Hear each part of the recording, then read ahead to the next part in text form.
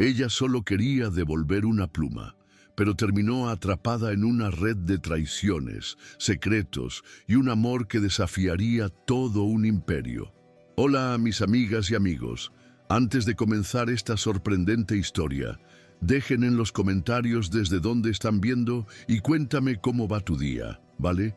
Y recuerden dar like y suscribirse al canal. El salón del Palacio de Cibeles era un océano de susurros y arrogancia, donde el poder y el dinero danzaban un tango lento bajo el brillo de lámparas de araña, de cristal que valían más que el barrio entero de Helena.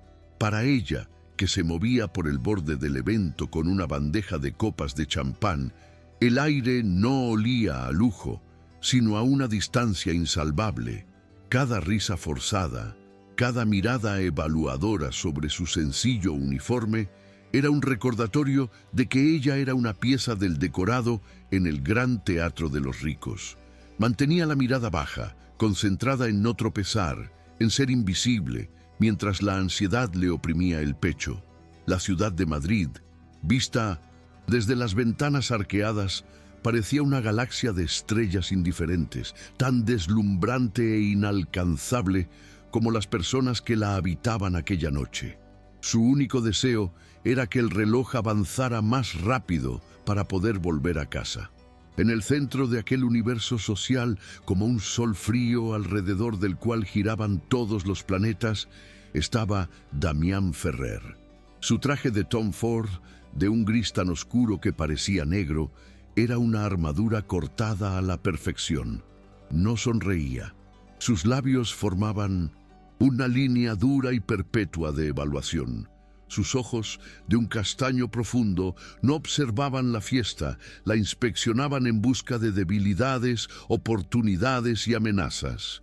A su lado, Isabela Montero era su contraparte perfecta, un vestido de seda rojo que se adhería a ella como una segunda piel, una sonrisa afilada y un brillo en los ojos que no era de alegría, sino de pura ambición. La forma en que la mano de él reposaba en la parte baja de su espalda no era un gesto de cariño, sino de posesión, un acuerdo tácito que ambos entendían y explotaban para su beneficio mutuo. Isabela, tras cerrar un trato social con el parpadeo de sus pestañas a un influyente banquero al otro lado del salón, se inclinó y le susurró algo al oído a Damián. Él asintió brevemente, un gesto casi imperceptible, y la liberó. Ella se alejó con la gracia de una pantera, su bolso de mano Balenciaga balanceándose en su cadera.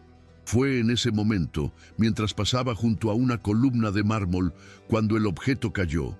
Una pluma estilográfica de plata maciza, pesada y ornamentada, se deslizó de su bolso y aterrizó sin hacer ruido sobre la alfombra persa. Nadie se dio cuenta, nadie, excepto Helena, que estaba parada a pocos metros de distancia, sintiéndose tan pequeña e insignificante como el polvo que danzaba en los haces de luz. El objeto brillaba discretamente, un pequeño tesoro perdido en medio de la opulencia. El corazón de Helena dio un vuelco. Su primer instinto fue ignorarlo. No era su problema, pero su crianza, las palabras de su abuela sobre la honestidad y hacer lo correcto, resonaron en su mente. Dejar la pluma allí le parecía una pequeña traición a sí misma.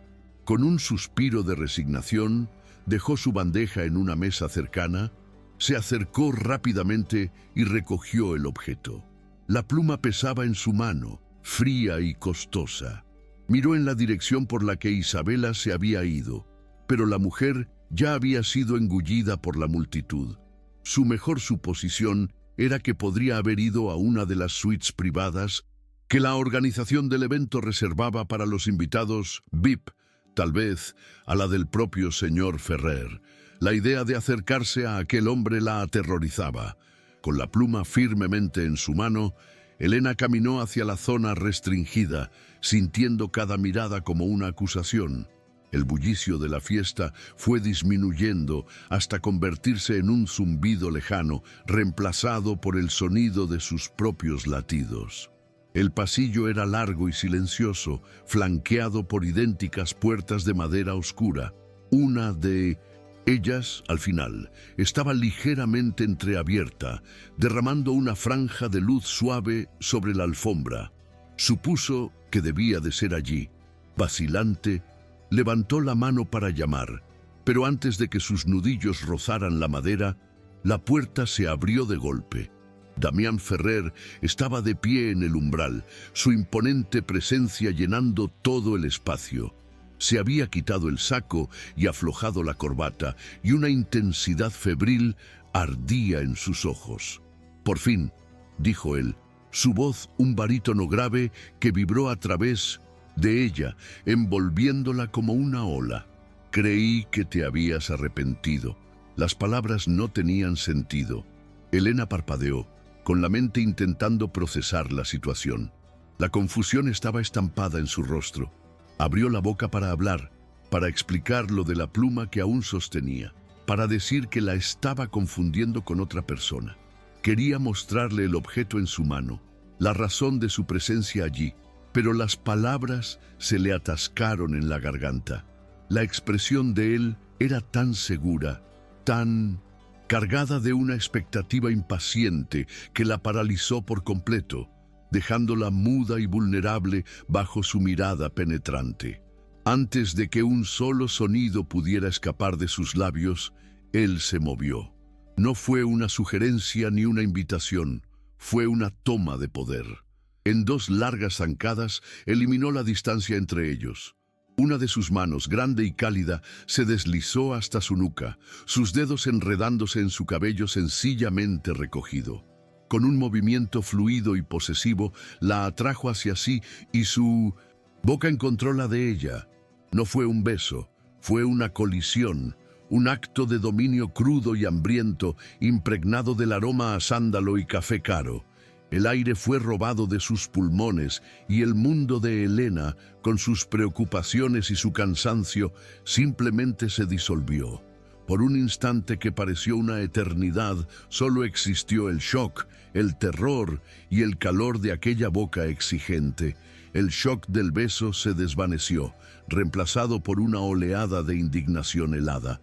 Damián se apartó lentamente, su propia sorpresa reflejada en sus ojos oscuros al sentir la rigidez de un cuerpo que no era el de Isabela.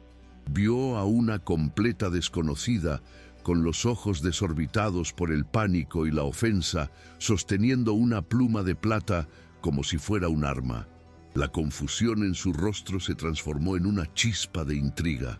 Los labios de ella eran suaves, inexpertos y, sobre todo, asustados.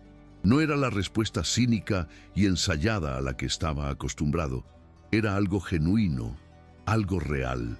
Un territorio completamente nuevo se abría ante él. Y por primera vez en años, Damián Ferrer no supo cómo reaccionar, lo cual lo fascinó de inmediato, despertando una curiosidad que creía muerta. Con un grito ahogado que mezclaba rabia y humillación, Elena lo empujó con todas sus fuerzas. El gesto, aunque débil contra su complexión, fue tan inesperado que lo hizo retroceder un paso. «¿Pero qué le pasa? ¿Quién se cree que es usted?», espetó, su voz temblando pero llena de una furia inquebrantable. Se limpió la boca con el dorso de la mano, como si quisiera borrar la evidencia de la colisión. Su genuino ultraje, desprovisto de cualquier atisbo de cálculo o astucia, fue como una bofetada de aire fresco en el ambiente viciado de su vida. Damián la observó, no como un jefe a una empleada, sino como un coleccionista que acaba de encontrar la pieza más rara e inesperada, una que desafía toda clasificación. En lugar de la disculpa que la situación exigía, Damián tomó una decisión que alteraría el curso de sus vidas. Levantó el teléfono de su escritorio con una calma glacial y marcó una extensión. Recursos humanos. Reasigne a la nueva chica del archivo, Elena Rojas, a mi oficina. Será mi asistente personal, con efecto inmediato, ordenó, su voz sin dejar lugar a réplica, mientras sus ojos no se apartaban de los de ella. Elena se quedó petrificada, la pluma casi cayendo de sus dedos. Esto no podía estar pasando, era una pesadilla. Quería gritar, correr, pero sus pies parecían clavados al suelo. La jaula, dorada, la más lujosa y aterradora, acababa de cerrarse a su alrededor, y el guardián era el hombre que acababa de robarle su primer beso. Los días siguientes se convirtieron en una forma exquisita de tortura para Elena. El despacho del piso 52 era un silencio opresivo, roto únicamente por el tecleo de su ordenador y la presencia abrumadora de Damián. Él no le hablaba directamente, pero la sentía. Sentía su mirada sobre ella mientras organizaba su agenda, mientras preparaba su café, mientras intentaba descifrar tareas imposibles diseñadas para ponerla a prueba. Él disfrutaba de su lucha silenciosa, de la forma en que apretaba la mandíbula para mantener la compostura, de su dignidad intacta frente a cada desafío. Pero su juego cruel comenzó a volverse en su contra. La fascinación inicial se estaba convirtiendo en una obsesión que no podía controlar, una necesidad de entender qué se escondía detrás de aquellos ojos asustados, pero desafiantes. La vida de Elena, fuera de aquella torre, era un universo paralelo de deber y sacrificio. Su hogar, un modesto apartamento en Carabanchel, olía a la manzanilla que su abuela preparaba para calmar la tos y al olor de los libros de texto de su hermano pequeño, Mateo. Cada euro que ganaba estaba destinado a pagar la deuda que su padre, un hombre de buen corazón, pero de terribles decisiones empresariales, les había dejado como una herencia envenenada. Esa deuda era la razón por la que sus propios sueños, sus lienzos y sus pinturas estaban guardados bajo su cama, cubiertos de polvo y de culpa. Elena era el pilar invisible de su familia, una guerrera silenciosa cuya armadura era una sonrisa cansada y cuya batalla se libraba cada día en silencio. El contraste con el mundo de Damián no podía ser más absoluto. Su ático en el barrio de Salamanca era un santuario de minimalismo y soledad. Muros de hormigón pulido, muebles de diseño italiano y ventanales que ofrecían una vista panorámica de un Madrid que él poseía pero no habitaba. No había fotos familiares ni recuerdos personales, solo arte contemporáneo tan frío e impersonal como su dueño. Su soledad no era una circunstancia, era una elección, una fortaleza construida ladrillo a ladrillo después de una traición familiar años atrás. Un socio, que también era su tío, casi lo lleva a la ruina, enseñándole la lección que regía su vida. La confianza es una debilidad y el afecto, una simple transacción comercial. Movido por esa curiosidad que se negaba a abandonar, Damián hizo lo que mejor sabía hacer: investigar. Ordenó a su jefe de seguridad, un hombre discreto y eficiente llamado Ricardo, que le proporcionara un informe completo sobre Elena Rojas. Unas horas después, el dossier estaba sobre su mesa. Eran páginas de datos fríos, la dirección en Carabanchel, la deuda familiar que ascendía a más de 50.000 euros, las notas sobresalientes de una carrera de bellas artes abandonada a la mitad.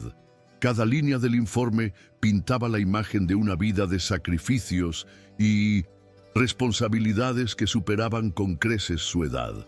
Por primera vez, Damián vio más allá de la empleada torpe y desafiante. Vio a la mujer que había renunciado a todo por los suyos. El informe cambió algo dentro de él.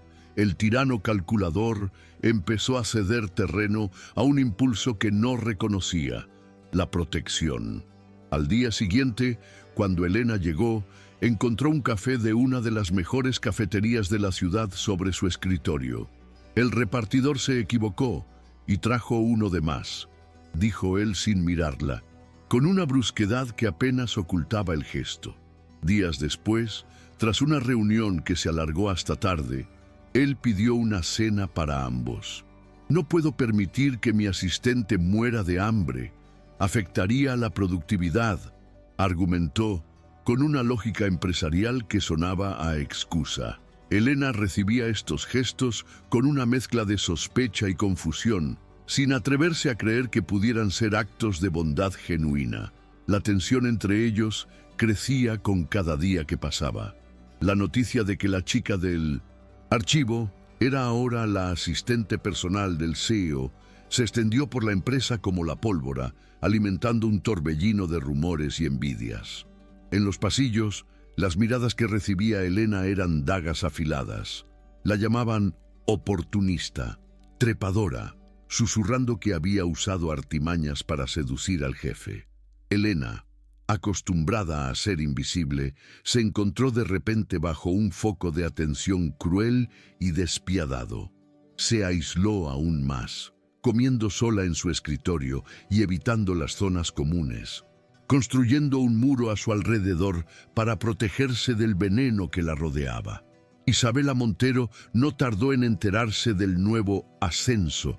Su relación con Damián siempre había sido un juego de poder, y ver su lugar, aunque fuera meramente transaccional, usurpado por una don nadie, fue una afrenta a su orgullo.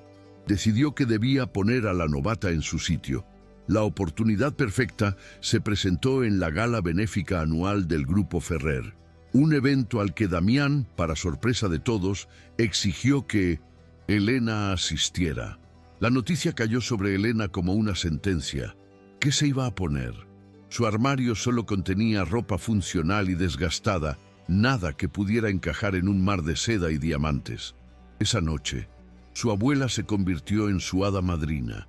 Con manos expertas y arrugadas por el tiempo, transformó el único vestido decente de Elena, uno azul marino que había usado para la graduación de una prima. Le añadió un pequeño broche de plata que había sido de su madre, un toque de elegancia y amor que le dio a Elena el valor para enfrentarse a la noche. «Recuerda quién eres, mi niña», le dijo su abuela, ajustándole el vestido. «No dejes que el brillo de su mundo te ciegue. Tu valor no está en lo que vistes, sino en lo que llevas aquí dentro», añadió, tocándole el corazón. Con esas palabras como escudo, Elena partió hacia la gala. El evento era tan opulento y abrumador como ella había temido. Se sentía como un gorrión en una jaula de pavos reales. Intentó mantenerse cerca de la pared, observando y esperando que la noche pasara rápido, pero Isabela tenía otros planes. La encontró cerca de la barra de bebidas, con una copa de vino tinto en la mano y una sonrisa depredadora. «Vaya, vaya, mira lo que el viento trajo», comenzó Isabela, su voz destilando veneno. No sabía que el servicio tenía permitido mezclarse con los invitados. «Dime, querida, ¿qué artimañas baratas usaste para conseguir la atención de Damián? Debe ser agotador fingir tanta inocencia». Antes de que Elena pudiera reaccionar, Isabela tropezó accidentalmente, derramando toda la copa de vino tinto sobre el pecho del vestido azul de Elena. La mancha oscura se extendió rápidamente como una herida. Un silencio incómodo se apoderó del círculo de personas que los rodeaba, seguido de risas ahogadas. Elena se quedó paralizada, la humillación quemándole las mejillas como fuego. Quería que la tierra se la tragara. Las lágrimas pugnaban por salir, pero se las tragó con un nudo en la garganta. Isabela la miró con falso arrepentimiento. «Oh, qué torpe soy. Lo siento muchísimo», dijo, su tono burlón dejando claro que no lo sentía en absoluto. Desde el otro lado del salón, Damián lo había visto todo. La furia, una emoción que rara vez se permitía, surgió en él como un volcán. Se abrió paso entre la multitud con una determinación gélida que hizo que la gente se apartara a su paso. Llegó junto a una temblorosa Elena, ignorando por completo a Isabela. Sin decir una palabra, se quitó su costoso saco de esmoquín y lo colocó suavemente sobre los hombros de Elena, cubriendo la mancha y el cuerpo tembloroso de ella. El gesto fue tan inesperado y protector que silenció por completo la sala. El calor de la prenda y el sutil aroma de él la envolvieron, creando una pequeña burbuja de seguridad en medio de la hostilidad. Luego, Se volvió hacia Isabela, y sus ojos eran dos esquirlas de hielo. «Se acabó, Isabela», dijo, su voz baja y cortante, pero audible para todos los que los rodeaban. «Tu presencia ya no es bienvenida aquí, ni en mi vida». La expulsión fue tan brutal y pública que Isabela palideció, su máscara de superioridad resquebrajándose por primera vez. «Seguridad», llamó Damián, y dos hombres aparecieron discretamente para escoltar a una humillada Isabela hacia la salida. Damián no le dedicó una segunda mirada, tomó a Elena suavemente del brazo y la guió lejos del centro de atención, dejando tras de sí un salón lleno de susurros y especulaciones que ahora tenían una nueva y jugosa historia que contar. El trayecto en coche de vuelta a casa fue un silencio denso y cargado de emociones no expresadas. Elena, acurrucada en el asiento de cuero del lujoso Audi de Damián, con el saco de él todavía sobre sus hombros, no se atrevía a mirarlo. La ciudad pasaba como un borrón de luces de neón por la ventanilla. Damián conducía con una concentración feroz, sus nudillos blancos por la fuerza con que agarraba el volante. El silencio no era incómodo, sino íntimo. Era un espacio donde ambos procesaban lo que acababa de ocurrir, su humillación pública y su inesperada defensa. Por primera vez no eran jefe y empleada, sino dos personas unidas por un momento de vulnerabilidad. Cuando llegaron a la modesta calle de Elena, él detuvo el coche pero no apagó el motor. Finalmente rompió el silencio, pero su pregunta no fue sobre el incidente. «¿Por qué dejaste tus estudios de arte?», preguntó, su voz más suave de lo que ella jamás la había oído. La pregunta la tomó por sorpresa. Le contó la historia, no como una queja, sino como un hecho. La deuda de su padre, la necesidad de trabajar, la responsabilidad que sentía. Habló con una sencillez y una falta de autocompasión que lo conmovió profundamente. Él la escuchó sin interrumpir, y en esa escucha atenta, Elena sintió una forma de respeto que valía más que cualquier defensa pública. La dinámica entre ellos se transformó irreversiblemente después de esa noche. La barrera profesional, ya frágil, se desmoronó por completo. En la oficina, él comenzó a buscar excusas para hablar con ella sobre temas que no fueran de trabajo. Le preguntaba por su hermano, por la salud de su abuela. Un día, encontró en su escritorio un juego de lápices de dibujo de calidad profesional. Estaban en oferta. «No los necesito», fue su torpe explicación. Elena, por primera vez, le respondió con una sonrisa genuina, una que iluminó su rostro y le provocó a Damián una extraña sensación en el pecho, una que se parecía peligrosamente a la calidez. Su nueva cercanía no pasó desapercibida para el círculo íntimo de Damián. Sus socios en la junta directiva comenzaron a expresar su preocupación. Lo veían distraído, menos implacable en las negociaciones. «¿Esa chica te está ablandando, Damián?», le preguntó un socio mayor en una reunión, medio en broma, medio en serio. El comentario enfureció a Damián, no porque fuera mentira, sino porque era verdad. La presencia de Elena en su vida estaba erosionando las defensas que le había llevado años construir. Se estaba volviendo vulnerable, y eso, para un hombre que equiparaba la vulnerabilidad con el fracaso, era aterrador y a la vez extrañamente liberador. El acoso en la oficina, lejos de disminuir, se intensificó. Ahora que era la protegida oficial, la envidia se convirtió en un desprecio más abierto. Le escondían documentos, olvidaban pasarle mensajes importantes, la excluían deliberadamente de las conversaciones. Elena soportaba el sabotaje con una resistencia silenciosa, trabajando el doble para compensar los obstáculos que le ponían. Damián, al darse cuenta, se enfureció. Implementó nuevas políticas de comunicación y control de documentos con una eficiencia brutal, dejando claro que cualquier error relacionado con su asistente tendría consecuencias graves. Estaba protegiendo su activo más valioso, aunque todavía no se atrevía a admitir que su valor no era profesional, sino personal. Una noche, trabajando hasta tarde para preparar una presentación crucial, Damián salió de su despacho y la encontró dormida en su escritorio, con la cabeza apoyada en los brazos y un informe financiero a medio leer junto a ella. La luz del monitor iluminaba su rostro, revelando la juventud y el agotamiento que ocultaba durante el día. Por un momento, él se quedó inmóvil, observándola. Vio la paz en su expresión, una serenidad que contrastaba con la tormenta constante de su propia mente. Un impulso abrumador de proteger esa paz se apoderó de él. Tomó una manta de cachemira que guardaba en un pequeño sofá y la cubrió con sumo cuidado sin despertarla. Al día siguiente, Elena encontró la manta doblada sobre su silla. No dijo nada, y él tampoco, pero un nuevo entendimiento flotaba en el aire entre ellos. Ella sabía que había sido él. Ese gesto silencioso, anónimo y tierno fue más elocuente que cualquier palabra. Le reveló un lado de Damián que nadie más conocía, un núcleo de decencia y cuidado enterrado bajo capas de cinismo y dolor.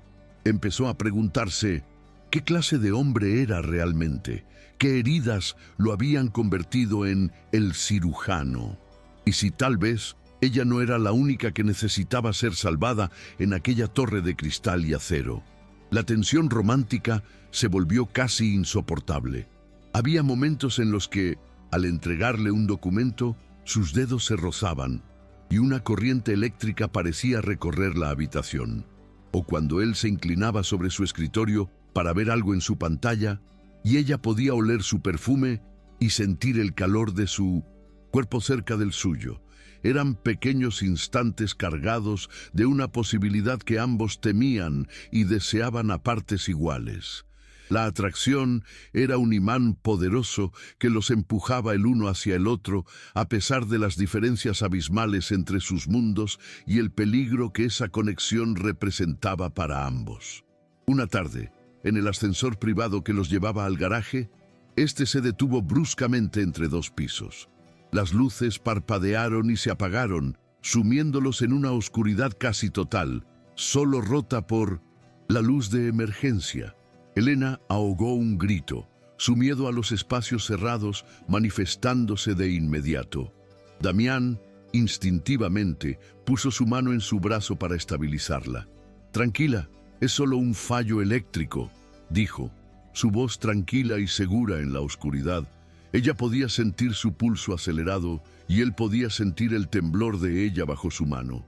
En esa proximidad forzada, el mundo exterior desapareció. En la penumbra, las máscaras cayeron. «Tengo miedo», susurró ella, la confesión saliendo de sus labios antes de que pudiera detenerla. Él no se burló de su debilidad. En cambio, su pulgo se apretó suavemente en su brazo. «Yo también», respondió él, su propia confesión sorprendiéndolo tanto a él como a ella.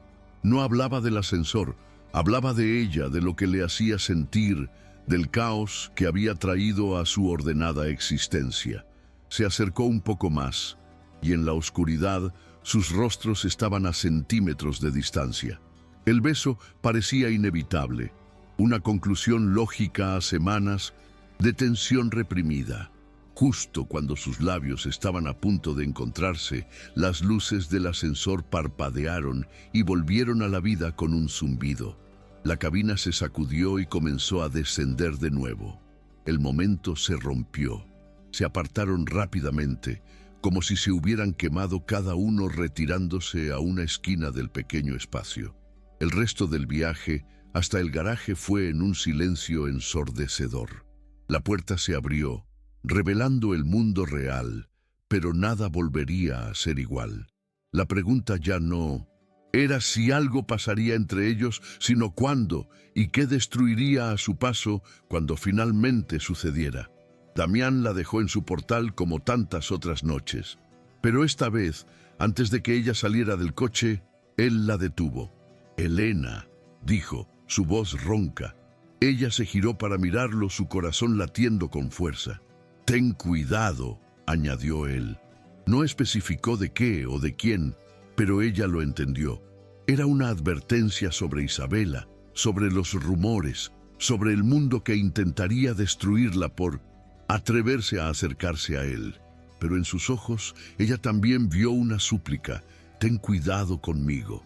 Era el reconocimiento de que él mismo era el mayor peligro de todos, y esa honestidad vulnerable la desarmó por completo.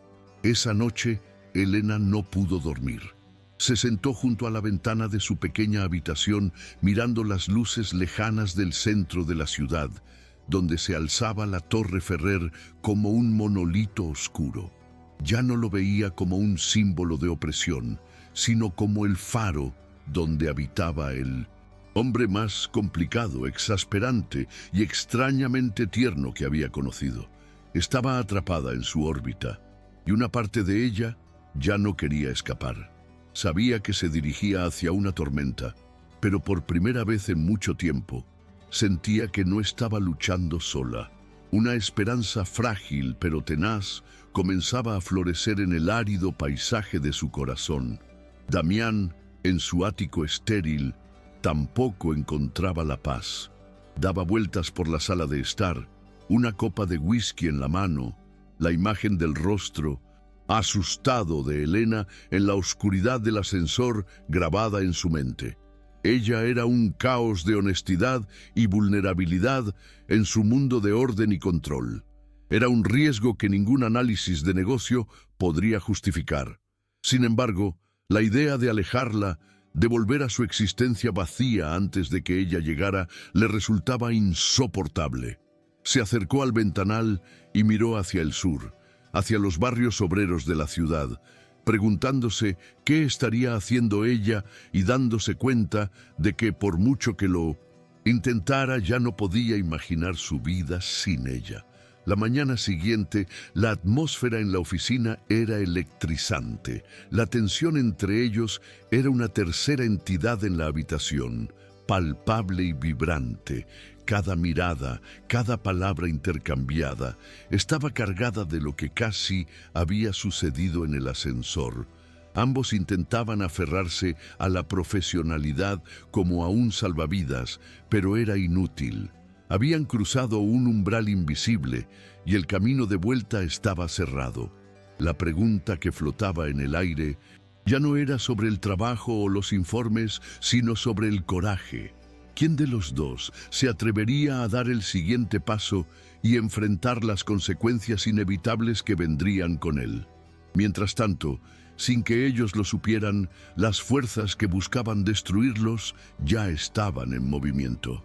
Isabela Montero, consumida por el rencor y la humillación pública, se reunió con Javier Cifuentes, un miembro rival de la junta directiva y un viejo enemigo de Damián.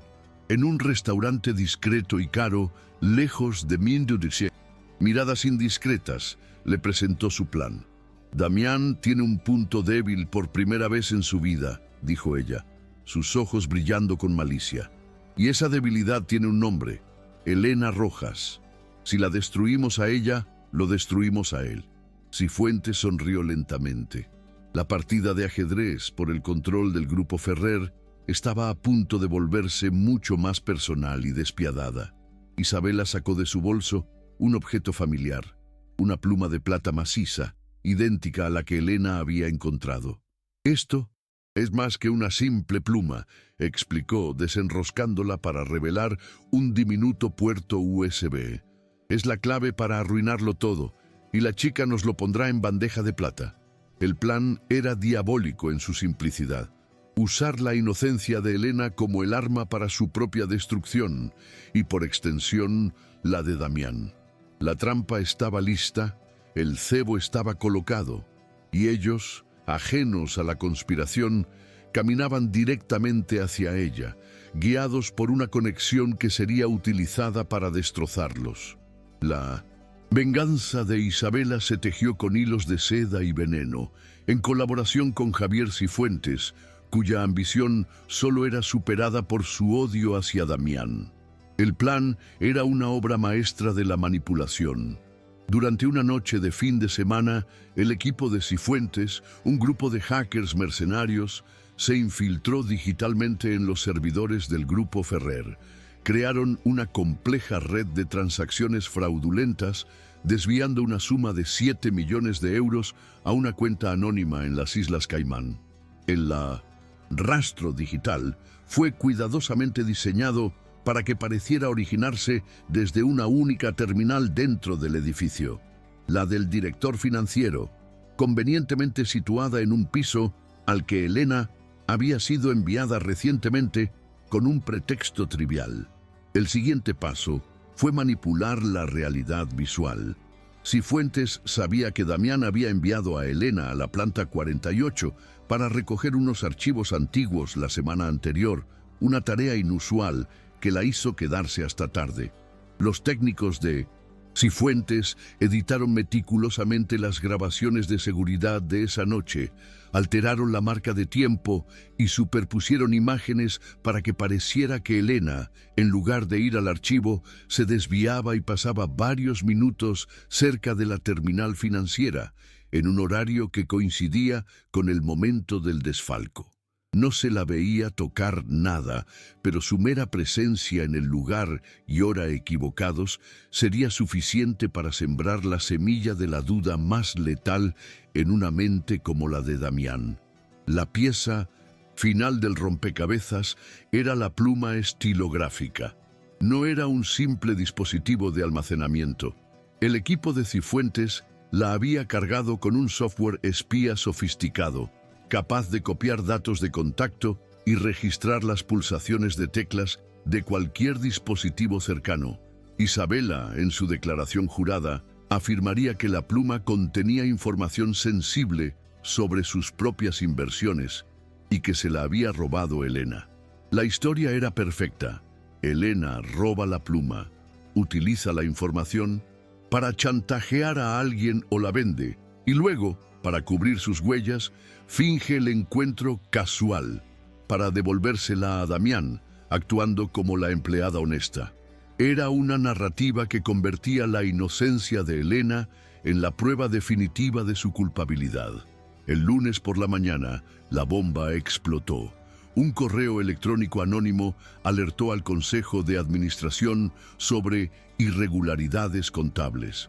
La auditoría interna confirmó rápidamente el agujero de 7 millones de euros. El pánico se apoderó del Grupo Ferrer. El valor de las acciones comenzó a desplomarse ante los primeros rumores. Cifuentes, fingiendo sorpresa y preocupación, exigió una reunión de emergencia del Consejo. En la sala de juntas, con una atmósfera tan fría como una tumba, presentó los hallazgos iniciales. La brecha es interna, declaró con solemnidad, y parece apuntar a un nivel de acceso muy específico. Tenemos que actuar con rapidez para contener el daño. Fue entonces cuando proyectó el video. La imagen granulada de Elena, sola en el pasillo del piso 48 en plena noche, apareció en la pantalla gigante. Un murmullo recorrió la sala. Elena Rojas, la asistente personal del CIO, anunció Cifuentes, dejando que el título colgara en el aire cargado de implicaciones. Grabada aquí a las 22:17 del viernes, exactamente cuando se realizó la transferencia principal. Antes de que Damián pudiera procesar la imagen, Isabela Montero fue invitada a entrar. Con lágrimas de cocodrilo y una actuación digna de un Oscar, contó la historia de su pluma robada, el dispositivo USB que contenía, según ella, los códigos de acceso que el ladrón debió de haber usado. Todas las miradas se volvieron hacia Damián. La evidencia era abrumadora, presentada de una manera espectacularmente convincente. La historia encajaba, las piezas se unían con una lógica impecable y aterradora. El Consejo, liderado por un Cifuentes triunfante, exigía una acción inmediata, el despido fulminante de Elena Rojas y una denuncia penal por espionaje corporativo y desfalco. Es tu asistente, Damián, tu responsabilidad, le espetó Cifuentes, saboreando cada palabra. Debes cortar el cáncer de raíz antes de que destruya esta empresa. Demuéstranos que sigues siendo el cirujano. La presión era inmensa, un tsunami de lógica y pánico que amenazaba con ahogarlo. Para Damián, la escena era una repetición infernal de su peor pesadilla. Vio el rostro de su tío en el de Cifuentes, escuchó los mismos argumentos sobre la traición y la confianza rota. La herida de su pasado, la que lo había convertido en un hombre cínico y solitario, se abrió de par en par, sangrando desconfianza y dolor. Su mente, entrenada para ver patrones y analizar datos, le gritaba que la evidencia era irrefutable, que había sido un idiota, que se había dejado cegar por una chica humilde con ojos tristes, permitiendo que la emoción nublara su juicio legendario. La duda lo invadió, un veneno frío que se extendió por sus venas, paralizando su corazón. Luchó contra sí mismo en un silencio que duró una eternidad. Una parte de él quería creerlo, quería ceder a la lógica fría que siempre lo había guiado, destrozar a Elena como lo habría hecho con cualquier otra amenaza para su imperio. Sería fácil, limpio, un corte quirúrgico. Pero entonces la imagen de ella en el ascensor, su miedo genuino, la forma en que su abuela le había arreglado el vestido, sus torpes explicaciones sobre el arte que había abandonado, esos datos emocionales, ilógicos y desordenados luchaban contra la evidencia. Un instinto más profundo, una voz que no sabía que poseía, le susurró que allí había algo que no encajaba. «Quiero hablar con ella», dijo finalmente, su voz apenas un susurro, pero suficiente para detener el mundo. La confrontación tuvo lugar en su oficina, el mismo lugar donde la tensión entre ellos había crecido hasta convertirse en algo tangible. Elena fue escoltada hasta allí, pálida y temblorosa, sin entender qué estaba pasando. Damián estaba de espaldas a la puerta, mirando por el ventanal la ciudad que parecía tan lejana. Cuando se giró, su rostro era una máscara de tormento. No había ira, solo un dolor profundo y una confusión que la aterrorizó más que cualquier grito. En silencio, encendió la pantalla de su pared, mostrando el video de seguridad y los titulares sobre el desfalco. No la acusó, simplemente le mostró las piezas de la trampa. «Esto es lo que dicen que hiciste», comenzó, su voz ronca y desprovista de emoción. «Dicen que usaste esta pluma», añadió, colocando la réplica de Isabela sobre la mesa, «para robar 7 millones de euros. Dicen que me engañaste desde el primer día». Cada palabra era una puñalada para Elena. Vio cómo la red se cerraba a su alrededor, una conspiración tan perfecta que era inútil luchar contra ella. ¿Cómo podía defenderse? ¿Cómo podía probar la verdad de un simple gesto de honestidad frente a una montaña de mentiras tan bien construidas? La desesperación la inundó y sintió que el suelo desaparecía bajo sus pies.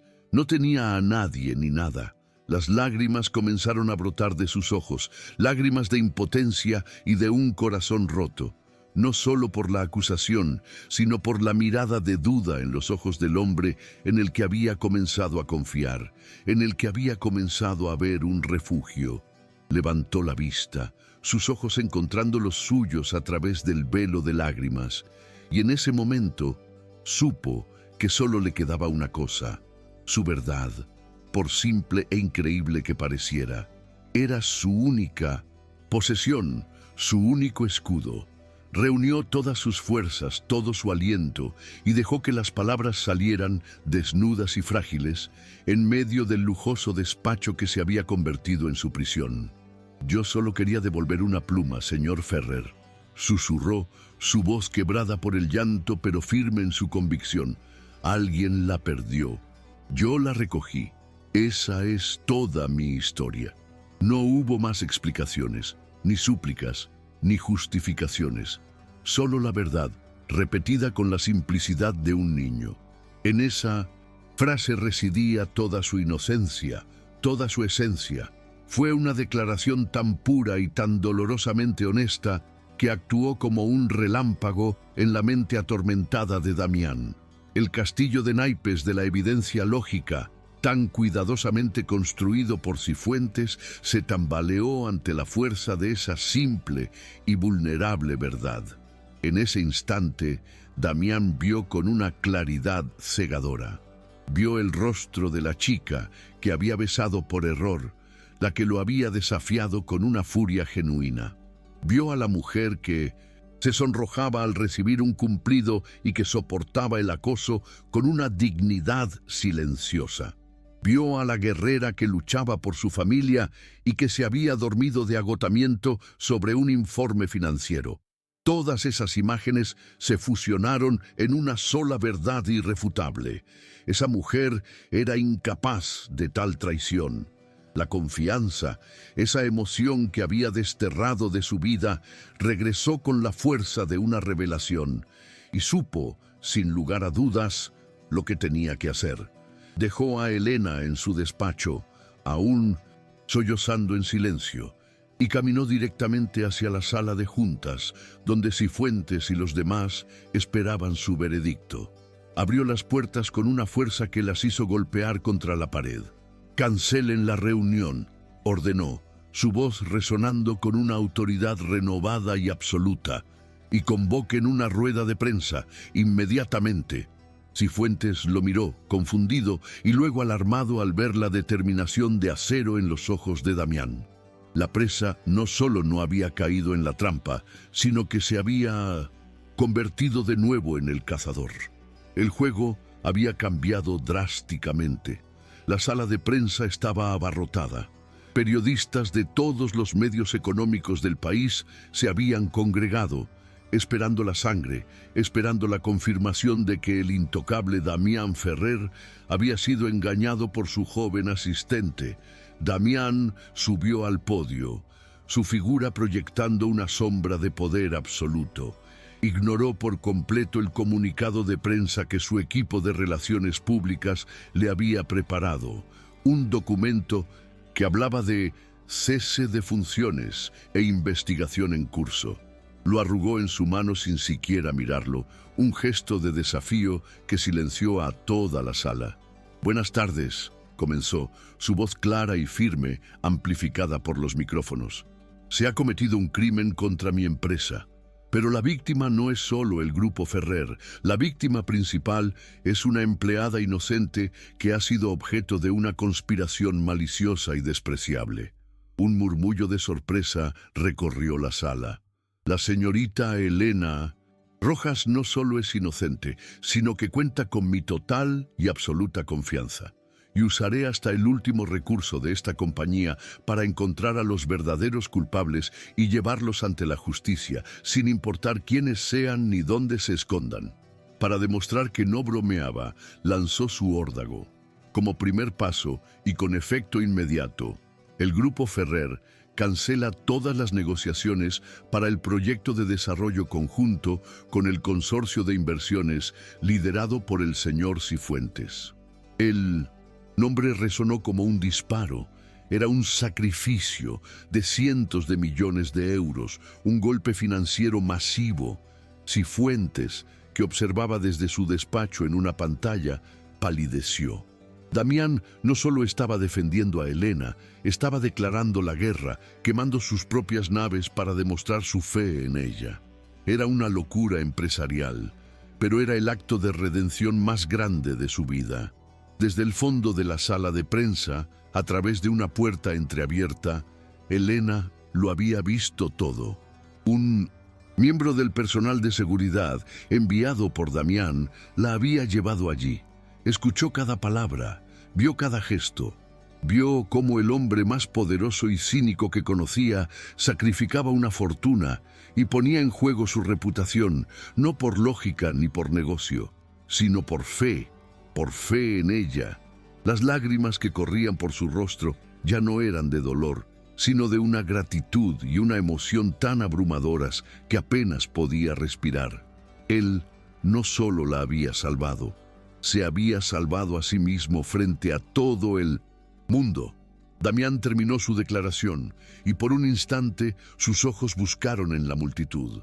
Se encontraron con los de Elena en la distancia. No hubo sonrisa, ni un gesto, solo una mirada. Una mirada que lo decía todo. Era una promesa, una disculpa y una declaración. En ese cruce de miradas, en medio del caos de flashes y preguntas de los periodistas, el CEO solitario y la humilde archivista sellaron un pacto silencioso, uno que los uniría para siempre contra la tormenta que acababan de desatar juntos. El clímax no había sido un beso, sino un acto de fe inquebrantable que cambiaría sus vidas para siempre. El impacto de sus palabras fue sísmico. La sala de prensa estalló en un caos de preguntas gritadas y flashes de cámaras, pero Damián ya no los escuchaba. Su atención estaba fija en la figura de Elena, que permanecía inmóvil, observándolo. Sabía que había apostado todo su imperio a una corazonada, a un sentimiento que apenas comenzaba a comprender. Era la decisión más irracional y aterradora de su vida y al mismo tiempo la única que se sentía correcta. Había pasado años construyendo muros para protegerse de la traición, solo para descubrir que la verdadera fortaleza no residía en la desconfianza, sino en el riesgo de confiar en alguien por completo. Cifuentes y Isabela observaron el desastre desde lejos, sus planes hechos añicos. La defensa pública y feroz de Damián no era algo que hubieran previsto. Creían que su cinismo sería su aliado, pero en cambio se había convertido en su mayor enemigo. El sacrificio del contrato millonario era una jugada de poder que los dejaba expuestos y vulnerables. Damián no solo había rechazado su narrativa, sino que había iniciado una cacería de brujas en la que ellos eran ahora la presa. La guerra por el Grupo Ferrer había comenzado de verdad, y Damián Ferrer, impulsado por algo más poderoso que el dinero, era más peligroso que nunca. Mientras el mundo de los negocios se tambaleaba con la noticia, Damián se abrió paso entre la multitud de periodistas y caminó directamente hacia donde estaba Elena. Sin importarle las cámaras que ahora se giraban hacia ellos, la tomó suavemente de la mano. Su piel estaba fría, pero su agarre era firme y seguro. «Vamos a casa», le dijo en voz baja, una simple frase que significaba todo. No a su casa ni a la de él, sino a un lugar seguro, lejos de todo aquello, un lugar que construirían juntos a partir de ese momento. Por primera vez, Elena no sintió miedo. Sostenida por su mano, sintió que podía enfrentarse a cualquier cosa. La declaración de guerra de Damián no fue una simple bravata. En menos de una hora, un equipo de los mejores forenses digitales de Europa, contratados a un precio exorbitante, descendió sobre el Grupo Ferrer. Trabajaron sin descanso analizando terabytes de datos. No tardaron en encontrar las costuras del engaño. Descubrieron fragmentos del código malicioso que apuntaban a servidores utilizados en un ciberataque anterior. Uno que había sido vinculado a una empresa fantasma propiedad de Cifuentes. El rastro digital que el hacker mercenario creía haber borrado fue reconstruido pieza por pieza. La mentira, por muy bien construida que estuviera, no pudo resistir un asalto de tal magnitud.